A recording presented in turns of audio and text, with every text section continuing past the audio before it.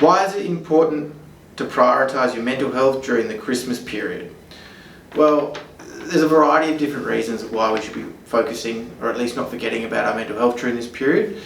It's often a time where we eat and drink a lot, so we might be feeling a bit down, a bit blue as we're recovering from a few days. So making sure that you're remembering to look after yourself physically and vitality wise as well.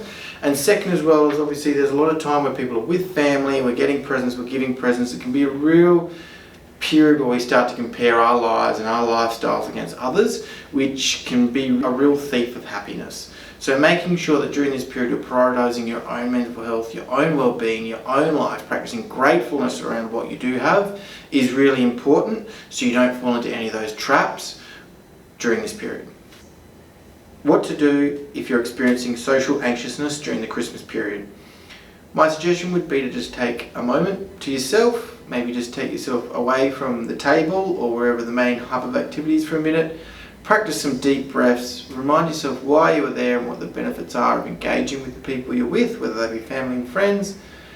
Again, a few more deep breaths and then re-enter the space. What are some ways to unwind during the Christmas break? We've all got our own preferences of what we do to relax and take it easy.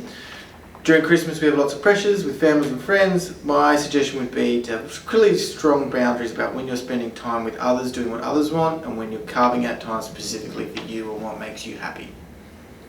What are some strategies to manage the Christmas load? So during the Christmas period, particularly for those of us that are working, we can have lots of social engagements happening. We're here with family, we're there with friends, we're having Christmas wrap-ups with work, and all those sorts of things can be very draining on our time and pulling ourselves in and out in various different directions. It'd be making sure that we see it as a marathon, not a sprint, that we're pacing ourselves and that we're being disciplined with our time and what we want to do. Making sure we're still keeping time to carve out for ourselves and those things that help us feel good, happy and healthy about ourselves as well.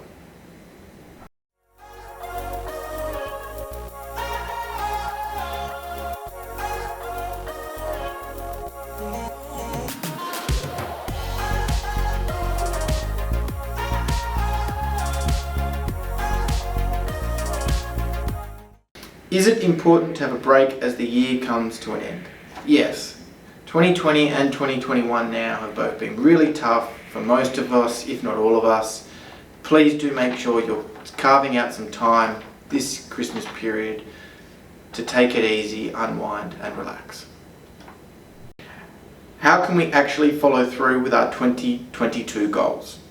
Number one would be not setting them on New Year's Eve after you've had a few. Number two is remembering that the important part about goal setting is not actually thinking about the destination or where you want to get to or the outcome, but the process it's going to take to achieve it. What are you going to have to do? What's it going to cost you? What are you going to have to give up to get there? And making sure you're comfortable and prepared with that to set yourself up to achieve.